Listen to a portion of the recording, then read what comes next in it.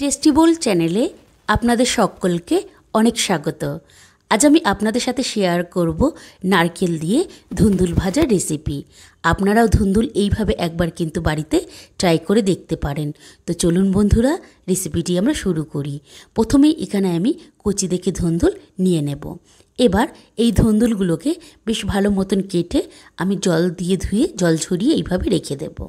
এবার আমি গ্যাসে কড়াই বসিয়ে দেব।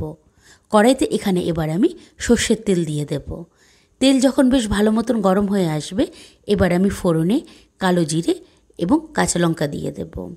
এবার ফোড়ন আমি হালকা একটু নাড়াচাড়া করে ভেজে নেব। এবার যখন ফোড়ন বেশ ভালো মতন ভাজা হয়ে আসবে, এবার এখানে আমি আগের থেকে কেটে রাখা ধুন্দুলগুলো দিয়ে দেব।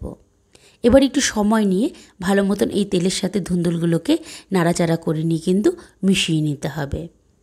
এবার যখন মেশানো হয়ে যাবে, এই অবস্থায় আমি ধুন্দুলটি কিছুক্ষণ হতে দেব। এই পর্যায়ে কিন্তু ধুন্দুল থেকে প্রচুর জল বার হবে, আপনারা কিন্তু এক্সট্রা জল একদম দেবেন না। এবার আমি এখানে পরিমাণ অনুযায়ী লবণ দিয়ে দেব। লবণ দিয়ে ধুন্দুলটি আমি নাড়াচাড়া করে আবারও কিছুক্ষণ একটু সিদ্ধ হওয়ার জন্য রেখে দেব। দেখুন বন্ধুরা, এই পর্যায়ে বেশ অনেকটা পরিমাণেই কিন্তু জল বার হয়েছে। একটু সময় নিয়ে এই জল কিন্তু বেশ ভালো মতন একদম টানিয়ে নিতে হবে।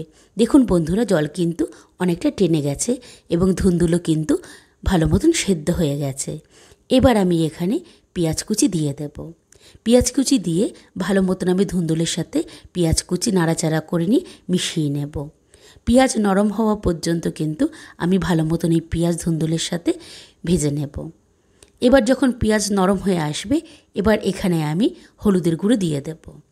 হলুদের গুঁড়ো দিয়ে এবার আমি ভালো মতন ধুন্দুলটি নাড়াচাড়া করে আবারও কিছুটা সময় নিয়ে আমি যে এক্সট্রা যে জলটা আছে, এই জলটা একদম টানিয়ে নেব। এবার যখন জল বেশ ভালো মতন টেনে যাবে এবং তেল যখন এরকম উপরে উঠে আসবে, এবার আমি এখানে নারকেল কুচি দিয়ে দেব। নারকেল কুচি ধুন্দুলের মধ্যে দিয়ে এবার নাড়াচাড়া করে নারকেলের কুচি এই ধুন্দুলের সাথে মিশিয়ে নিতে হবে। ভালো মতন মেশানো হয়ে গেলে এই পর্যায়ে আমি কিছুক্ষণ ধুন্দুলটি হতে দেব। দেখুন বন্ধুরা, খুব সুন্দরভাবে কিন্তু ধুন্দুল একদম ভাজা হয়ে গেছে। আপনারাও ঠিক এইভাবে ধুন্দুল একবার নারকেল দিয়ে বাড়িতে ভেজে দেখুন, দেখবেন এই একটা পদ দিয়েই কিন্তু আপনারা সমস্ত ভাত কিন্তু খেয়ে নিতে পারবেন। আপনারা ঠিক এইভাবে বাড়িতে বানান এবং কমেন্টসে আমাকে কিন্তু অবশ্যই আপনাদের অভিজ্ঞতা জানাবেন। আজ তবে আসি, আবারও অন্য কোনো দিন নতুন কোনো রেসিপি নিয়ে দেখা হবে।